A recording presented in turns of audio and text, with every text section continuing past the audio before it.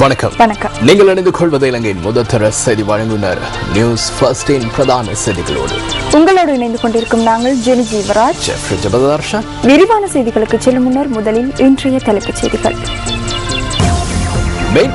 குற்றப்பிரேரணை மீதான விசாரணை அறிக்கையை மேன்முறையீட்டு நீதிமன்றம் ரத்து செய்துள்ளது. கட்சித் தலைவர்கள் கூட்டத்திலிருந்து எதிர்க்கட்சி உறுப்பினர்கள் வெளிநடப்பு. குற்றப்பிரேரணை மீதான வாக்கெடுப்பு எதிர்வரும் வெள்ளிக்கிழமை. நீதிமன்ற செயற்பாடு தொடர்பில் ராணி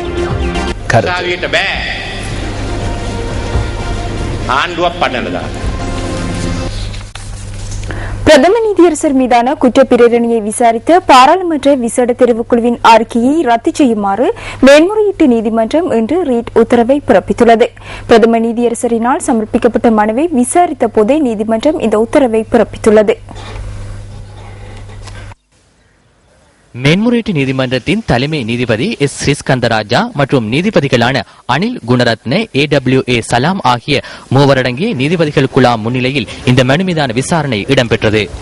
பாராளுமன்ற விசேட தெரிவுக்குழு அவருக்கு நியாயத்தை பெற்றுக் கொடுக்க தவறியுள்ளதாக பிரதம நீதியரசர் சார்பில் விடயங்களை முன்வைத்து ஜனாதிபதி சட்டத்தரணி ரமேஷ் டி சில்வா சுட்டிக்காட்டியுள்ளார்.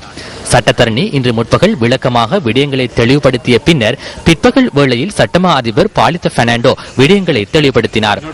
எழுத்தாணை பிறப்பிப்பது தொடர்பில் விளக்கப்பட்டுள்ள அரசியலமைப்பின் 140வது உறுப்புரை வேறு சரத்துக்களால் செல்லுபடியற்றதாக மாற்றப்பட்டுள்ளதாக அவர் கூறினார். எனினும் அந்த யாப்புக்கு அமைய எவரேனும் ஒருவருக்கு ஏற்படும் அநீதி தொடர்பில் ஆராய்ந்து அதற்கான நியாயத்தை பெற்றுக் கொடுப்பதற்கான அதிகாரம் மேன்முறையீட்டு நீதிமன்றத்திடம் உள்ளதாக மூவரடங்கிய நீதிபதிகள் குழாம் இதன்போது சுட்டிக்காட்டியுள்ளது. அந்த அதிகாரம் அரசியலமைப்பின் எந்த ஒரு சரத்தினாலும் வலுவிழக்க செய்யப்படவில்லை எனவும் நீதிபதிகள் குழாம் அறிவித்துள்ளது. இன்று மேன்முறையீட்டு நீதிமன்றம் பிரதம நீதியரசரின் எழுத்தாணையை விசாரித்து உயர் நீதிமன்றம் செய்த பொருட்கோடலை கருத்தில் கொண்டு சட்டத்தரணிகள் மாதங்களையும் கருத்தில் கொண்டு பாராளுமன்ற தெரிவுக்குழுவுக்கு விசாரணை செய்ய அதிகாரம் இருக்கவில்லை என்றும் அவர்களின் அறிக்கை செல்லுபடியாது, சட்டப்படி செல்லுபடியாகாது என்றும் எழுத்தாணை பிறப்பித்திருக்கிறார்கள். අධ්‍යාචනාධිකරණයට මගේ පාර්ශ්වය නියෝජනය කරමින් எமது தரப்பை நான் பிரதிநிதித்துவப்படுத்தி உரிய சட்ட விடயங்களை மேன்முறையீட்டு நீதிமன்றத்தில் முன்வைத்தேன். குறிப்பாக அந்த குழு முன்னெடுக்கப்பட்ட வேளையில் உரிய நடைமுறைகளை பின்பற்றவில்லை என்பது போலவே சில அறிக்கைகளை ஏற்றுக்கொள்ளும் போது உரிய நடைமுறைகளை பின்பற்றாமை குறித்து நாம் தெளிவுபடுத்தினோம். அது අපේ පාර්ශ්වයෙන් කරුණු ඉදිරිපත් කළා.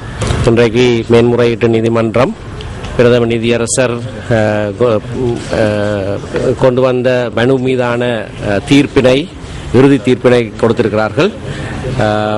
உயர் நீதிமன்றம் கொடுத்த வியாக்கியானத்துக்கு அமைவாக பாராளுமன்ற தெரிவுக்குழுவின் 7 அரசாங்க உறுப்பினர்கள் கொடுத்த அறிக்கை தவறானது, அது நீதி வலு அற்றது, சட்ட வலு அற்றது என்று சொல்லி அதனை ரத்து செய்திருக்கிறார்கள். நீதிமன்றத்தின் தீர்ப்பின் பிரகாரம் இது பாராளுமன்றத்திற்கு விவாதத்துக்கு எடுத்துக்கொள்வதற்கு இப்பொழுது அறிக்கை எதுவும் கிடையாது. பிரதம நீதியரசர் மீதான குற்றப்பிரேரணை தொடர்பான பாராளுமன்ற விசேட தெரிவுக்குழுவின் அறிக்கையினை மீள ஆராய்வதற்காக ஜனாதிபதியினால் சுயாதீன குழு ஒன்று நியமிக்கப்பட்டுள்ளதாக ஜனாதிபதி ஊடக பேச்சாளர் மோகன் சமரநாயக்க குறிப்பிட்டார். 4 பேர் அடங்கிய இந்த சுயாதீன குழு இன்று முதல் தமது பணிகளை ஆரம்பித்துள்ளதாக ஜனாதிபதி ஊடக பேச்சாளர் மேலும் குறிப்பிட்டார். பிரதம நீதியரசர் கலாநிதி ஷிராணி பண்டாரநாயக்கவிற்கு எதிரான குற்றப்பிரேரணையை எதிர்வரும் வியாழன் மற்றும் வெள்ளிக்கிழமைகளில் பாராளுமன்றத்தில் விவாதத்திற்கு எடுத்துக்கொள்வதற்கு கட்சித் தலைவர்களின் கூட்டத்தில் தீர்மானிக்கப்பட்டதாக பிரதி சபாநாயகர் சாந்திம வீரக்கொடி தெரிவித்தார். இந்த தீர்மானத்திற்கு எதிர்ப்பு தெரிவித்து எதிர்க்கட்சி பிரதிநிதிகள் கட்சித் தலைவர்களின் கூட்டத்தில் இருந்து வெளிநடப்பு செய்தனர். பாராளுமன்றத்தில் எதிர்க்கட்சி தலைவர்கள் கூட்டம் இன்று முற்பகல் 11:30 அளவில் சபாநாயகர் சமல் ராஜபக்ச தலைமையில் ஆரம்பமானது.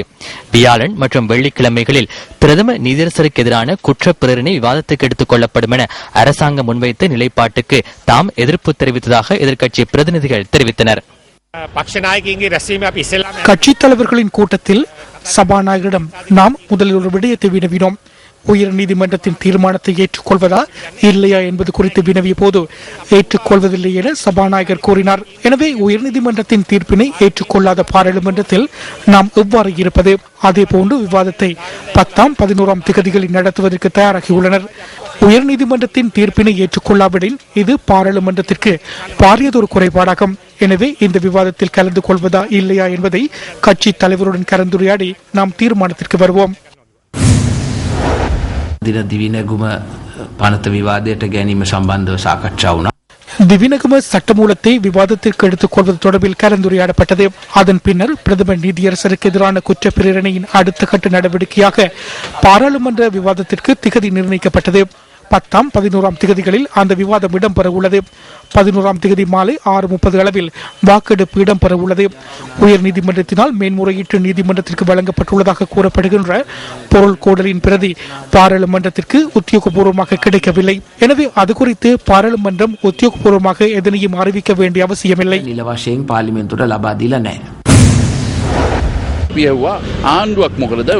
உயர்நீதிமன்றம் வழங்கிய தீர்மானத்தை நிராகரிப்பதாயின் அது குறித்து விவாதிப்பதில் எவ்வித பலனும் இல்லை என நாம் அரசாங்கத்துக்கு எடுத்து கூறினோம். அதன் பின்னர் ஒருதலை பட்சமாக 10ஆம் 11ஆம் திகதிகளில் விவாதத்தை நடத்துவதற்கு அவர்கள் தயாராகினர். 10ஆம் 11ஆம் திகதிகள் பாராளுமன்ற நடவடிக்கைகள் இடம்பெறும் தினங்கள் அல்ல என்பதால் எமது உறுப்பினர்கள் சில வேளை பல்வேறு பகுதிகளுக்கு சென்றிருக்கலாம். எனவே நாம் இந்த விடயத்தை நிராகரித்து அங்கிருந்து வெளிநடப்பு செய்தோம்.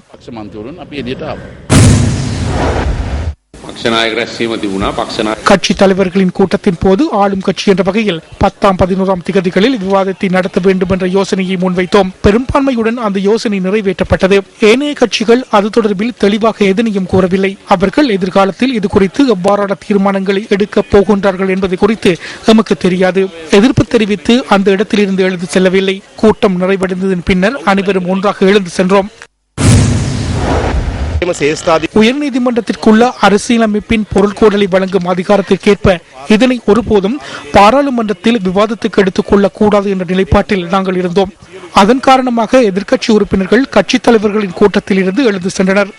குற்ற பிரேரணை தொடர்பில் பாராளுமன்றத்திற்கு தெரிவுக்குழு முன்வைத்த அறிக்கை குறித்த விவாதத்திற்கு எதிர்ப்பு தெரிவித்து நாம் வெளிநடப்பு செய்தோம். 10ஆம் 11ஆம் திகதிகளில் விவாதம் இடம்பெறும் என தீர்மானிக்கப்பட்டது. இவ்வாறு விவாதத்திற்கு திகதி நியமிப்பதற்கான அதிகாரம் பாராளுமன்ற நடவடிக்கைகள் தொடர்பான குழுவிற்கு உள்ளது. ஸ்ரீலங்கா சுதந்திர கட்சி கொழும்பில் இன்று ஊடகவியலாளர் சந்திப்பொன்றை ஏற்பாடு செய்திருந்தது.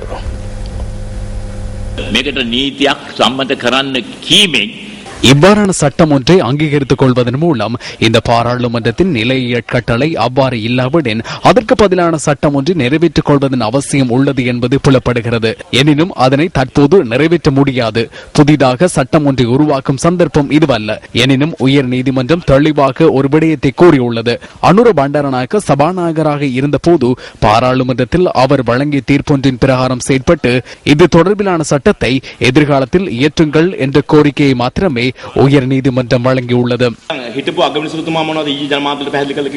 முன்னாள் பிரதம நீதியரசர் சரத்தன் சில்வா நேற்று ஊடகங்களுக்கு என்ன கூறியுள்ளார்?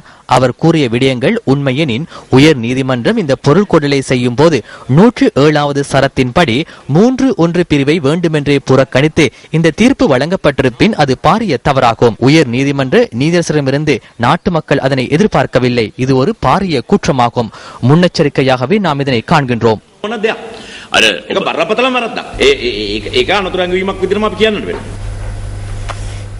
குற்றப்பிரேரணையை வாபஸ் பெறுமாறு வலியுறுத்தி கொழும்பில் பேரணி ஒன்று இன்று நடைபெற்றது.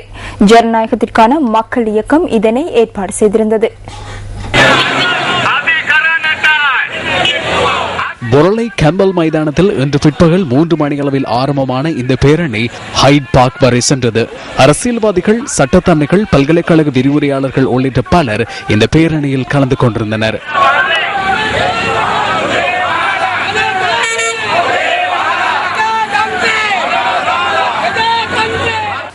பேரணியாக வருகை தந்தவர்கள் கொழும்பு ஹைட் பார்க் மைதானத்தில் ஒன்று கூடி குற்றப்பிரேரணையை வாபஸ் பெற்று ஜனநாயகத்தை உறுதிப்படுத்துமாறு வலியுறுத்தி எதிர்ப்பு கூட்டம் ஒன்றிலும் கலந்து கொண்டனர்.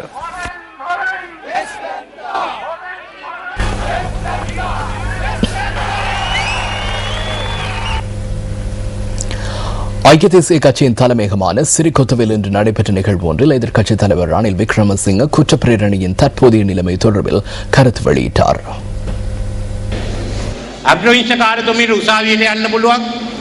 பிரதம நீதியரசர் தனது உரிமைகளை பாதுகாத்துக் கொள்வதற்காக நீதிமன்றம் செல்ல முடியும். சட்ட பிரச்சினைகளை நீதிமன்றமே தீர்க்கும் என்பதற்காக அவரால் அங்கு செல்ல முடியும். நீதிமன்றத்தால் அரசாங்கத்தை விரட்டி அடிக்க முடியாது. அதனாலேயே நீதிமன்றங்களுக்கு சென்று எனது காலத்தை செலவிட நான் விரும்பவில்லை. செல்வதற்கான தேவையும் கிடையாது. நீதிமன்றத்துக்கு சென்றதால் என்ன நேர்ந்தது? தற்போதுள்ள சட்டத்தின் பிரகாரம் பிரதம நீதியரசரை பதவி நீக்கம் செய்ய முடியும் என ஒரு புறத்தில் கூறினார்கள். பார்லிமெண்டத்திடம் உள்ள சட்டாதிகாரம் அரசியலமைப்புக்கு முரணானது என மறுபுறத்தில் கூறினார்கள். அனைத்தையும் கூறி ஐக்கிய தேசிய கட்சியை தாக்கினர். நாங்கள் நீதிமன்றம் செல்லவில்லை. நாங்கள் எதற்காக செல்ல வேண்டும்? நீதிமன்றத்துக்கு வருமாறு எங்களுக்கு அழைப்பு விடுக்கப்படவில்லை. ஏன் இதனை ஊடகங்களுக்கு வழங்கினர்? திவிநெகமுவை மறப்பதற்காகவே அவ்வாறு செய்தனர். அப்போது மற்றையவை குறித்து மறந்துவிடும்.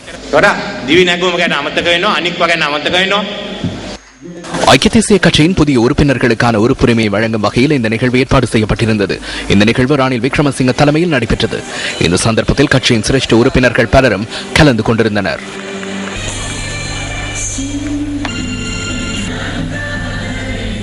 குற்றப்பிரேரணை தொடர்பிலேயே அனைவரது கவனமும் திரும்பியுள்ளதாக ஐக்கிய பிக்குகள் முன்னணியின் தலைவர் மீட்டியாகுட குணரத்ன தேரர் தெரிவிக்கின்றார். என்ன நடக்கிறது என இலங்கை மாத்திரமின்றி முழு உலகமும் பார்த்துக் கொண்டிருக்கின்றது. ஒரே தரப்பினரே வழக்கு தாக்கல் செய்தனர், வழக்கை விசாரித்தனர், வழக்குக்கான தீர்ப்பை வழங்கினர். இவை அனைத்தையும் மேற்கொள்கின்றனர். இது புதுமையான விடயம் அல்ல என கூறுவதற்கான எளிமை யாருக்கும் கிடையாது. பாராளுமன்றத்தில் கடந்த சில தினங்களுக்கு முன்னர் குற்றப்பிரேரணை சமர்ப்பிக்கப்பட்ட போது பாராளுமன்ற உறுப்பினர்கள் அதில் கையொப்பமிட்டனர். எனினும் அவர் இழைத்த குற்றம் என்னவென அறியாமலே அவர்கள் கையொப்பமிட்டனர். நியூஸ் ஃபர்ஸ்ட் செய்திகளில் தொடர்வது இன்றைய பத்திரிகைகளில் வெளியான கேலி சித்திரங்களிலிருந்து நாம் தெரிவு செய்த கேலி சித்திரம்.